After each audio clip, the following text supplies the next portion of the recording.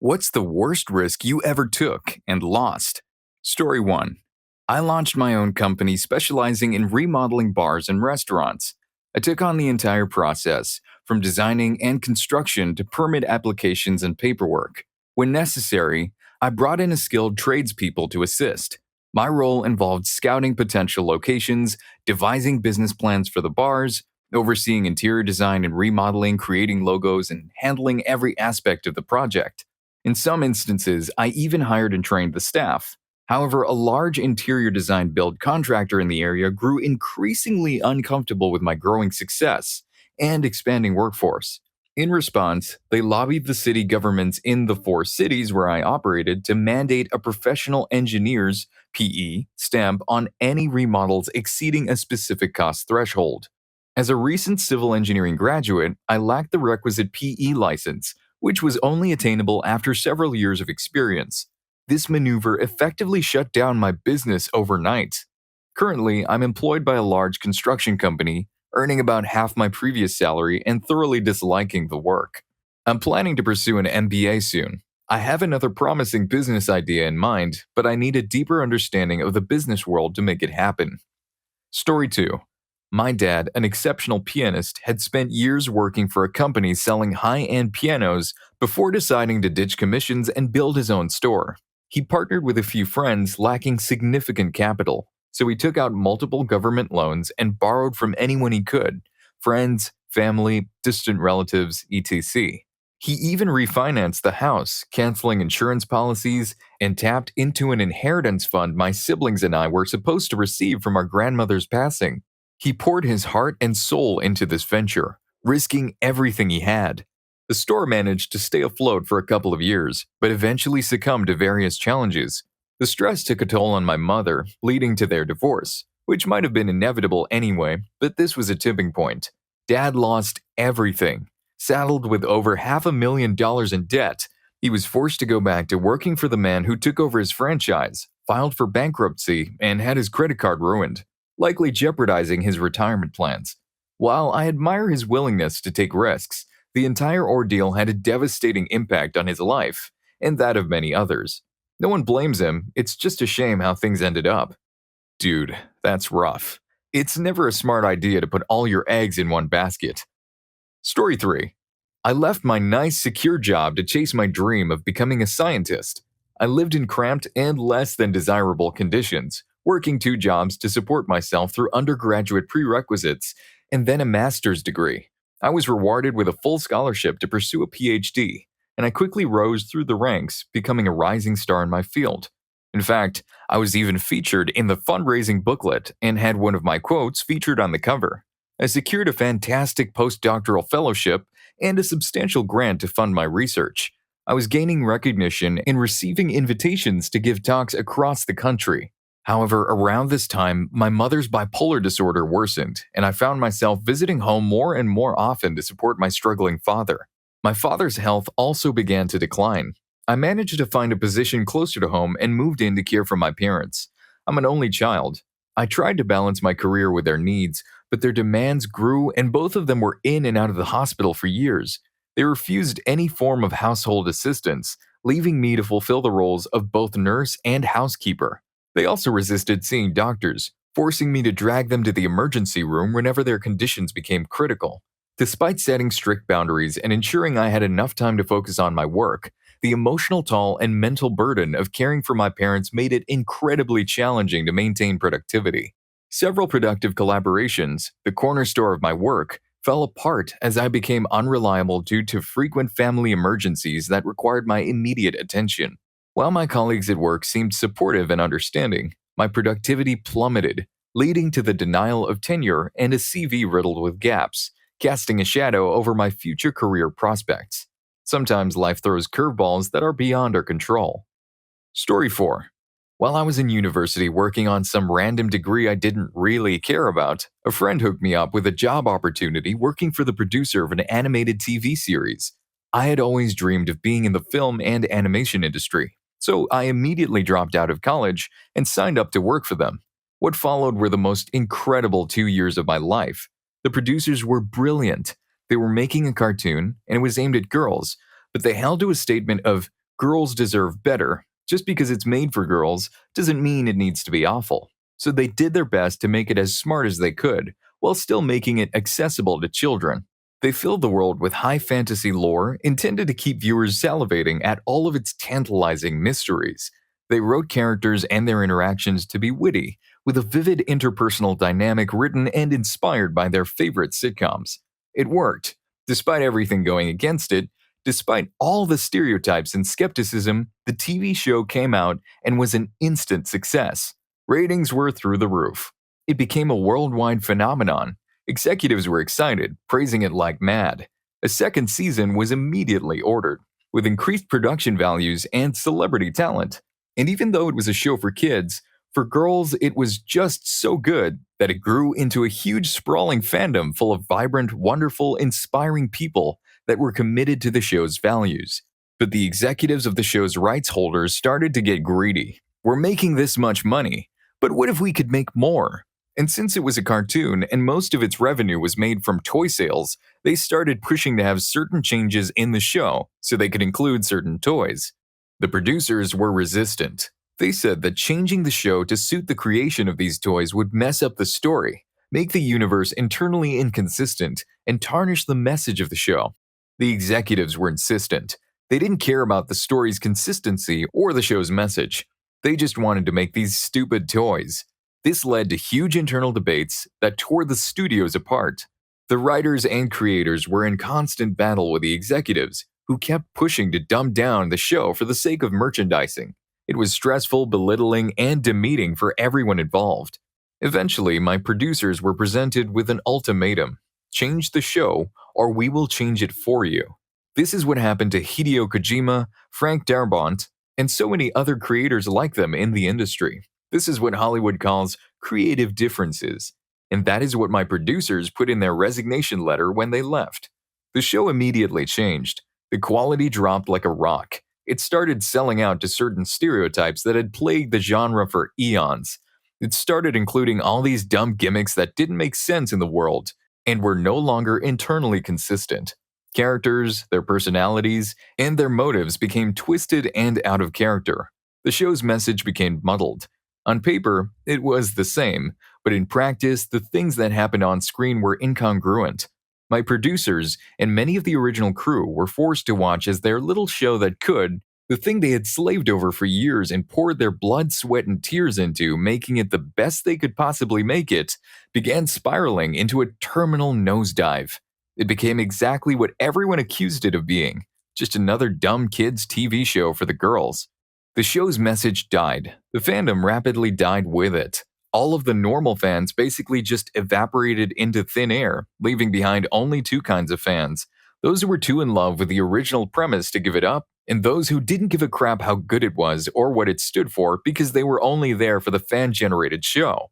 With so few normal fans to drown them out or keep them in check, that second segment became the loudest and most obnoxious, and the rest of the world began to culturally define the fandom by the show obsessed.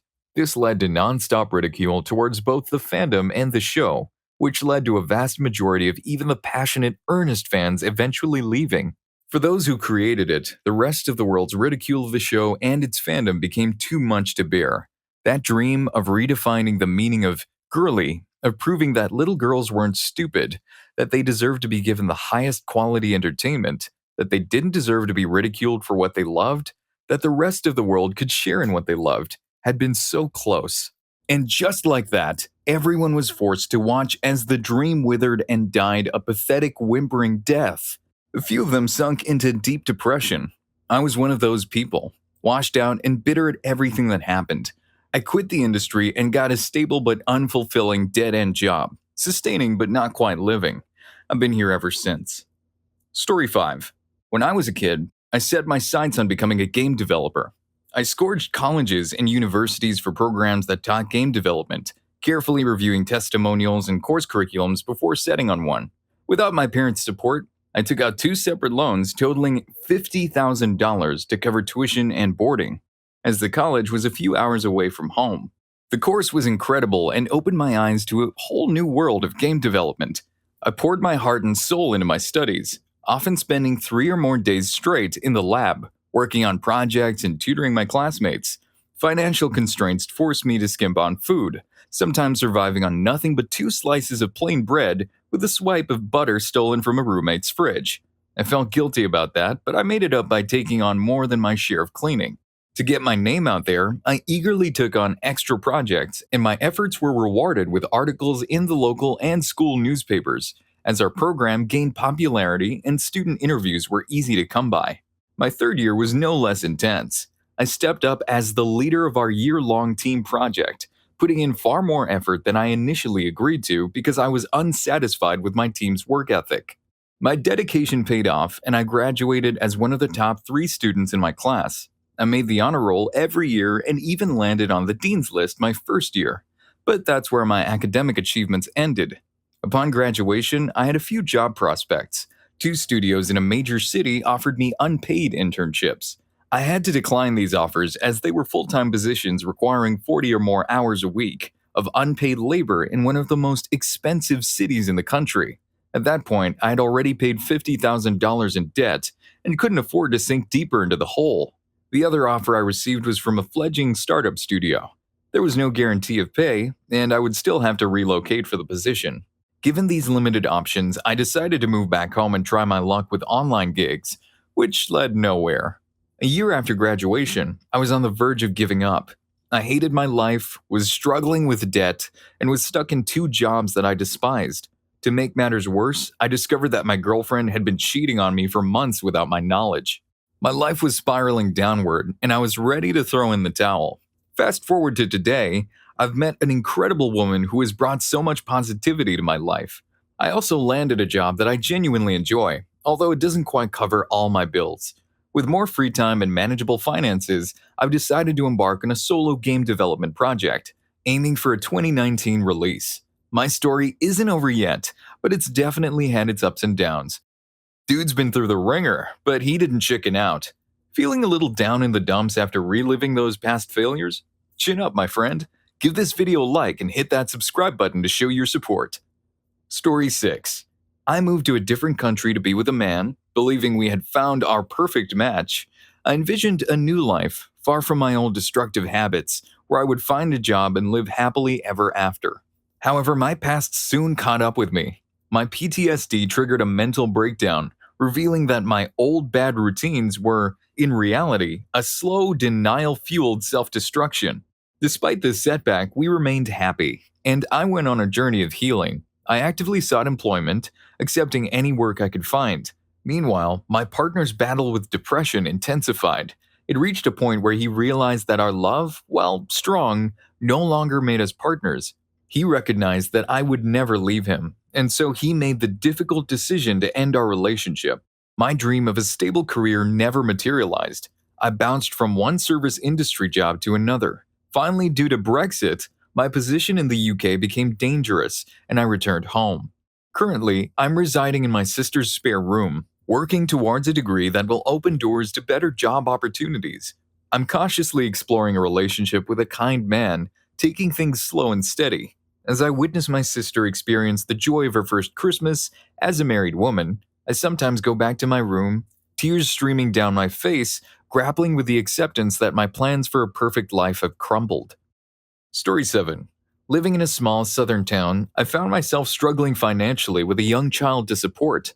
Feeling desperate for a way out, I stumbled upon a commercial for Universal Technical Institute, UTI, on TV. After researching other tech schools in the area, and finding none that seemed like a good fit, I decided to give UTI a call. A month later, while visiting my dad in Wichita, I saw the same UTI commercial again and decided to call back. I learned that the closest campus to me was in Sacramento, California.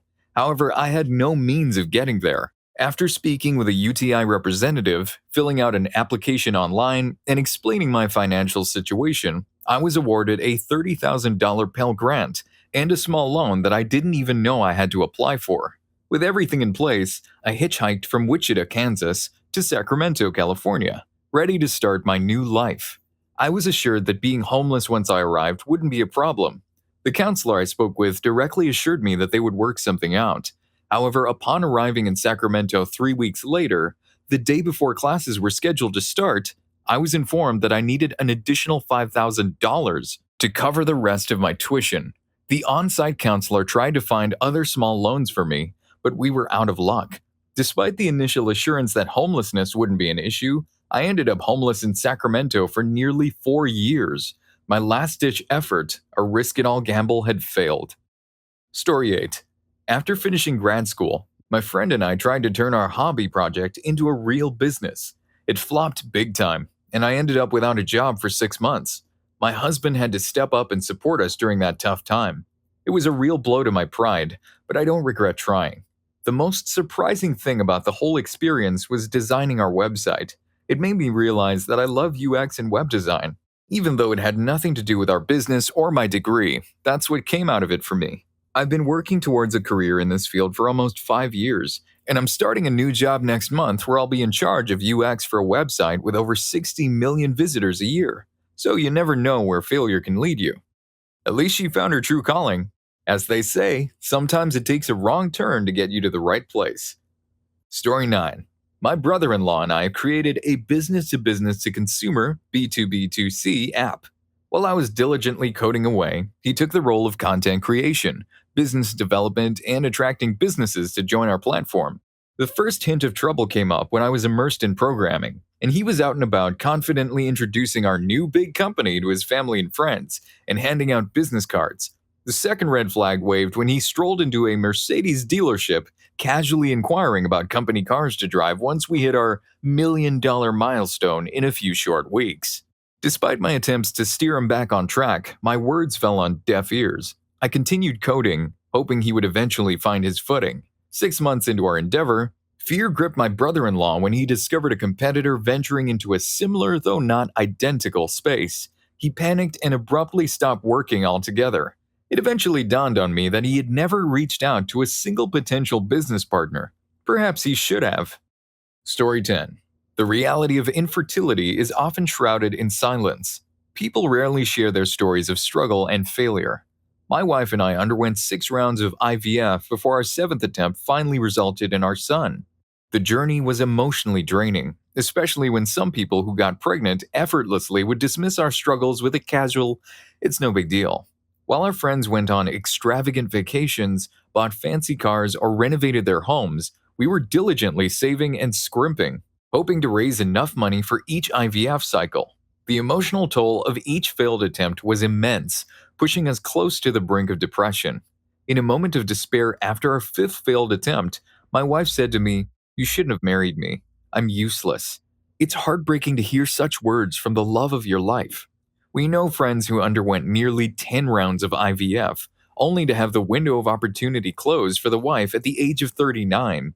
It's frustrating to see people treat their children with indifference, especially when others are yearning for the chance to become parents. Life can be cruel at times. Story 11. I took a risk with my health. I pursued a career in acrobatics at a relatively young age, in my early 20s. While I was already in good shape thanks to my background in martial arts, acrobatics demanded more from my body. I dedicated myself to learning and training, and I even started performing in amateur and semi-professional roles, earning some income along the way. However, as I grew older, the cumulative impact of multiple injuries began to take its toll. Determined to succeed, I pushed myself harder, hoping to overcome the physical limitations. I envisioned becoming a full-fledged professional acrobat. Unfortunately, my gamble didn't pay off. Around 3 years ago, the pain became unbearable. My injuries, some of which were deemed permanent, made it difficult to walk, let alone perform acrobatic feats, especially as the porter in my hand-to-hand routines. At the age of 27, I had to accept the harsh reality that my body couldn't handle the demands of acrobatics any longer. I was forced to make a career change, starting all over again. Even today, I still carry the physical scars of my injuries, although the pain has thankfully subsided, but the emotional scars run deeper. Quitting acrobatics left me feeling lost and depressed. It's only now, approaching 30, that I'm starting to heal mentally and find a new path for my life. I'm considering going to college to broaden my horizons and explore new possibilities. Story 12. At 23, I left my desk job to pursue my passion for poker and stock options trading. The excitement of gambling and the thrill of potential profits were irresistible. However, the stress of maintaining a certain income level to justify my decision to quit my job started to weigh heavily on me. My luck soon turned sour, and I began losing money consistently. In an attempt to recoup my losses, I started taking bigger and bigger risks, which ultimately led to me losing everything within 9 months. For the past 3 years, I've been struggling to overcome my vices and re enter the workforce. My lack of employment is largely due to my own struggles with boredom. I often contemplate my own mortality and question the significance of pursuing traditional life goals, such as getting a 9 to 5 job, settling down, finding a partner, getting married, buying a house, and having children. Having a strong support network is important for bouncing back from setbacks. Yeah, man, it's only when the chips are down that we realize how much we've lost. So be careful of living in the fast lane, or it will burn you to bits. Story 13. I started a law firm based on a specialized area of law that I had expertise in. I financed my venture with an $80,000 loan to cover office expenses and staff salaries. Unfortunately, the industry I was catering to experienced a decline, forcing me to make difficult decisions. Over 3 years, I hired and subsequently let go of 50 employees. To ensure my family's well being during that time, I had to use my retirement savings and cash in all my investments.